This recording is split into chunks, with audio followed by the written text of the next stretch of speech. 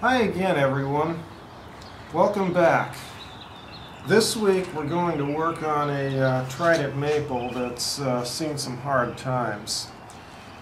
We originally acquired this tree as a gift from someone, and it was potted in a pretty blue bonsai pot, and it had a lot of thick little leaves around these two pruning scars, and it had come from an established bonsai nursery.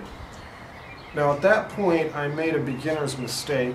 I didn't check the soil or repot it. I simply assumed that since it had been in a bonsai nursery it was going to be in good soil and in good health. And I was working happily away on it for a year or so when it started to mysteriously die back.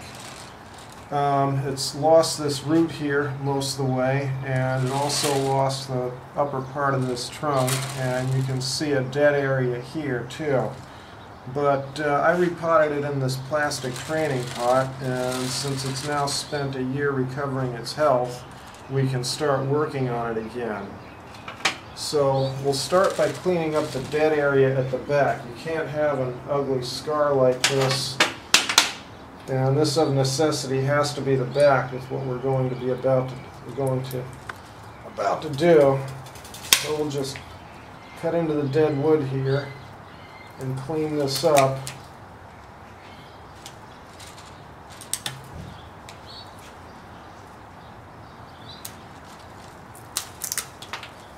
Okay, and you can see the edges of the live wood here, which means we've cut just about far enough. Now this branch was actually last year's growth, but somehow it died as well.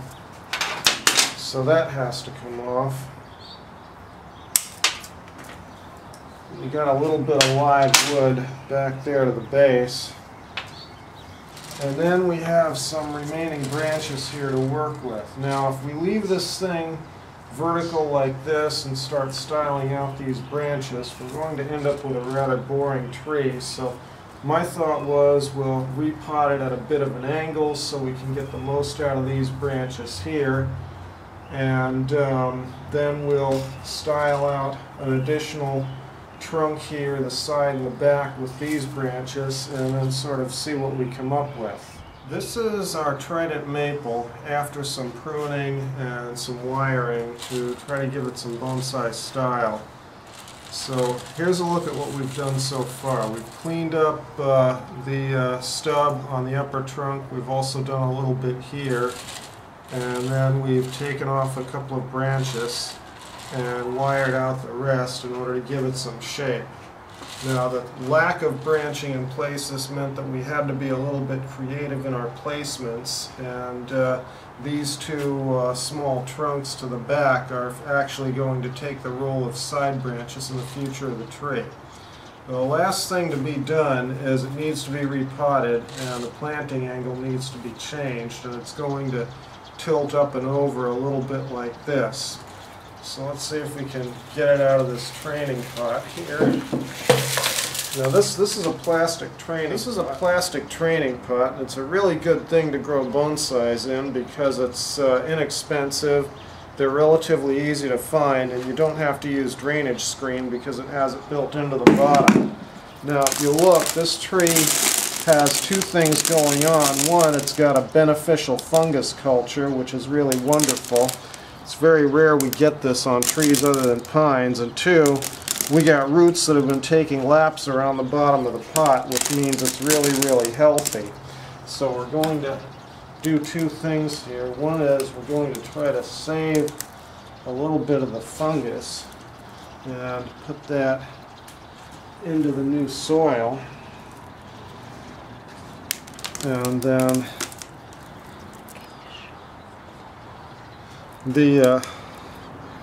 just take that right off the roots there.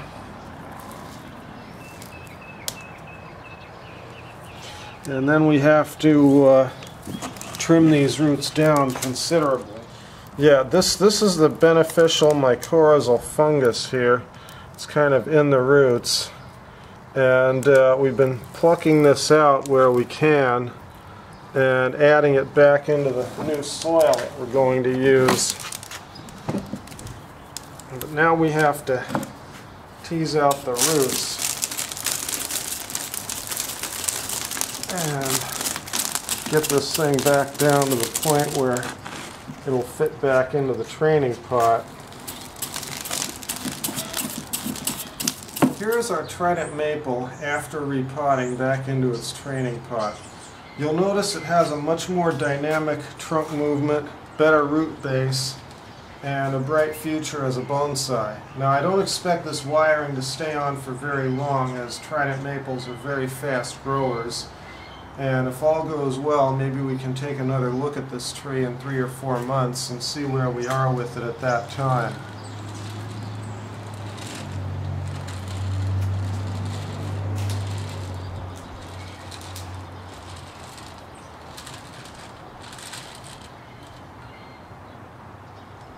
Thank you for watching, folks.